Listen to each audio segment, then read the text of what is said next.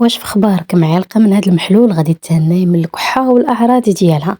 سعيدة بلقياكِ مرة أخرى في تدبيرة وحيلة منزلية جديدة. جمعة طيبة مباركة على الجميع، إن شاء الله تكونوا بخير وعلى خير. الوصفة ديال اليوم غادي تكون غير باللفت، وصفة من قاع الخابية، رائعة فعالة. جيبي كيلو ديال اللفت مكركبة من الأحسن، كتكون شوية مجهدة. هاد الوصفة هادي ممكن أنكم ديروها بطريقة مختلفة، هي أنكم كتحكوها وكتخليوها في واحد الكويس كتطلق داك الماء ديالها. واحسن طريقه ممكن تاخدو كميه كتيره من هذا السيرو هذا هي هاد الطريقه اللي غنشارك معكم. كناخدو اللفت ديالنا كنغسلوها كنحيدو لها جميع الاوساخ اللي كتكون فيها.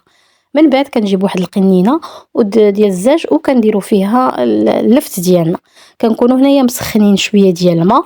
بالنسبه للاخوات اللي خافوا ان القرعه ديالهم تطرطق، فرشوا من التحت ديالها واحد الزويف.